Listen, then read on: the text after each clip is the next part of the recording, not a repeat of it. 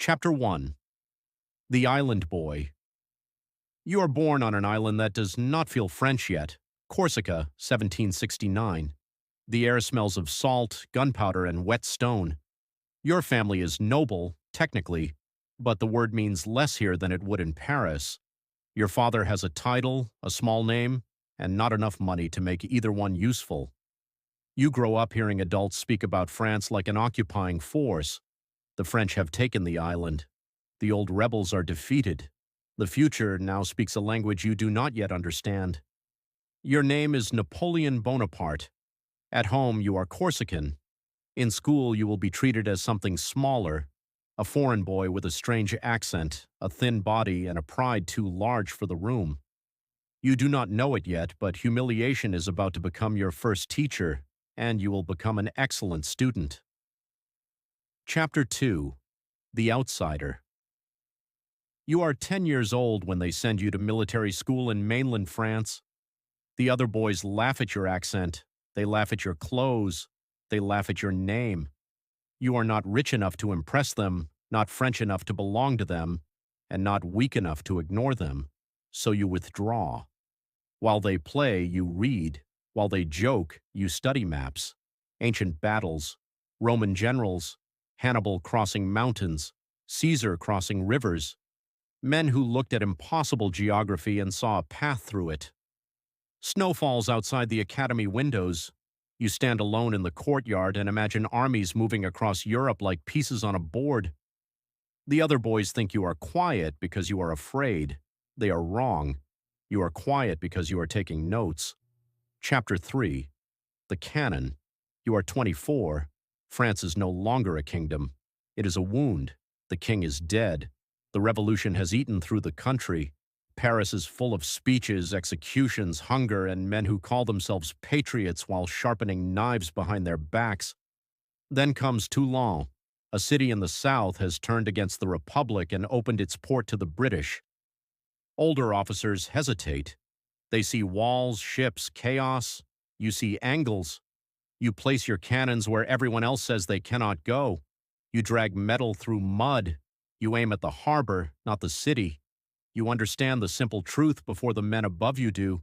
If the British ships cannot stay, Toulon cannot hold. The guns open fire. The harbor becomes smoke and flame. The British withdraw. The city falls. For the first time, France hears your name, Napoleon Bonaparte. It will not be the last. Chapter 4. The Thin General. You are 26 when they give you the Army of Italy. It is not a gift. It is a problem nobody else wants. Your soldiers are hungry. Their boots are ruined. Their uniforms are torn. They have not been paid properly in months. They look at you and see a small, pale general with sharp eyes and no patience for excuses.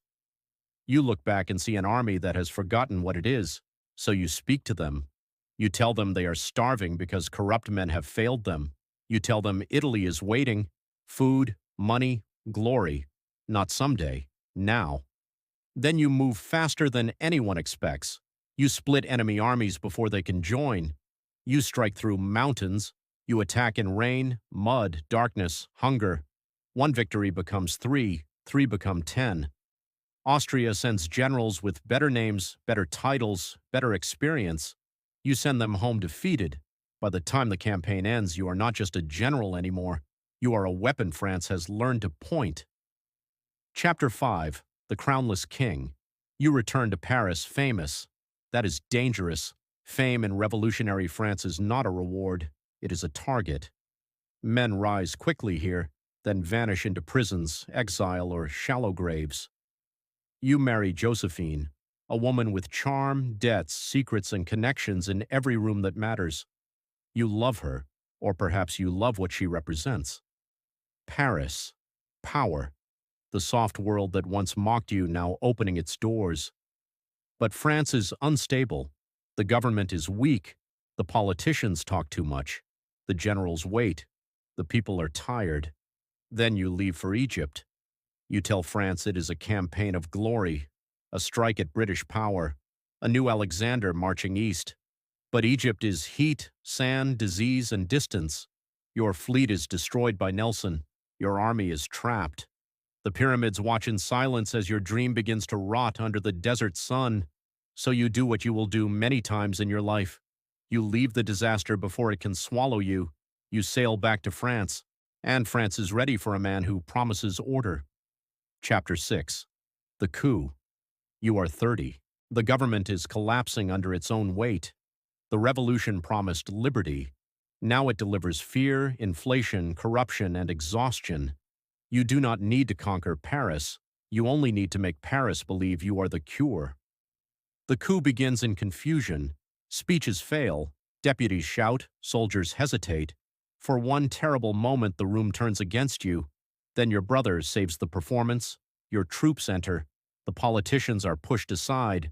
The republic remains on paper, but everyone understands what has happened. France now has one center of gravity. You become first consul, not king, not yet. That word is still poisonous, but power does not care what name you give it.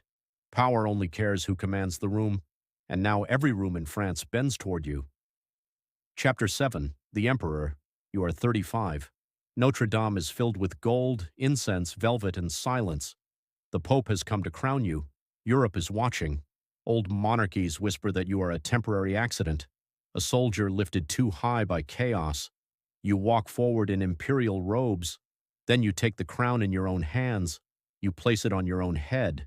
No king gave you this. No pope made you this. No ancient bloodline carried you here. You crowned yourself because every step of your life has taught you the same lesson. If power is not taken, it is borrowed, and borrowed power can be taken back. Soon after, at Austerlitz, you destroy the armies of Austria and Russia under a cold December sun. Your enemies think they see weakness in your center. You let them believe it.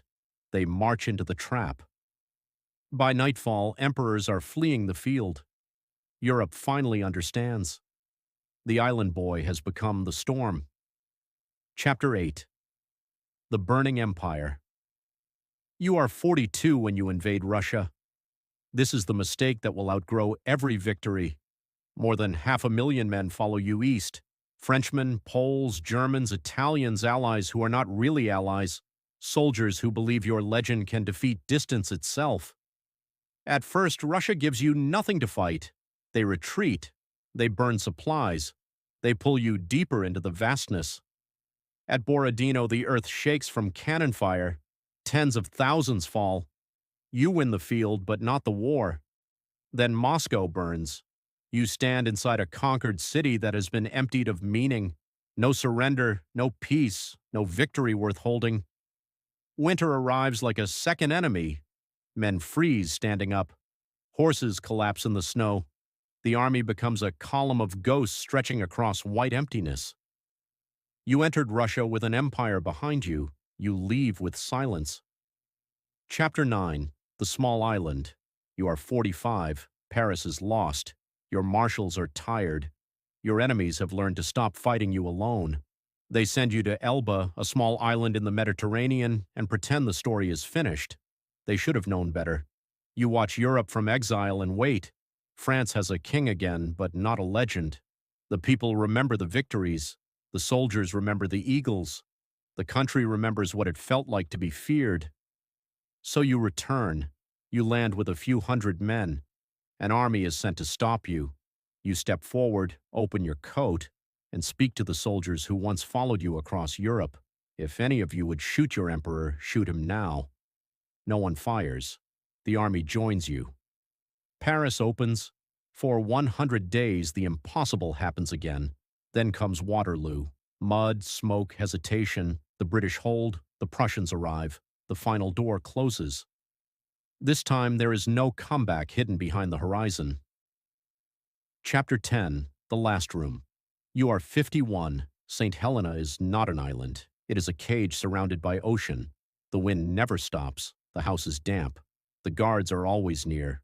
Your body grows heavy. Your stomach burns. The empire that once covered Europe has been reduced to memories told at a table. You replay every campaign. Toulon, Italy, Egypt, Austerlitz, Moscow, Waterloo. You blame weather, traitors, cowards, fate. Sometimes perhaps yourself. The boy from Corsica wanted to be seen. The cadet wanted respect. The general wanted victory. The emperor wanted the world to stay conquered. But the world does not stay still for anyone, not even you. You die far from France in 1821, in a room too small for the life that led you there. Years later, they will bring your body back to Paris. Crowds will gather. Soldiers will bow. Your tomb will become a monument. But monuments are quiet things, and you were never quiet.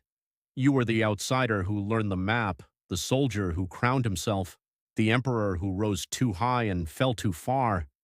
You wanted history to remember your name. It did. And now, you are the story.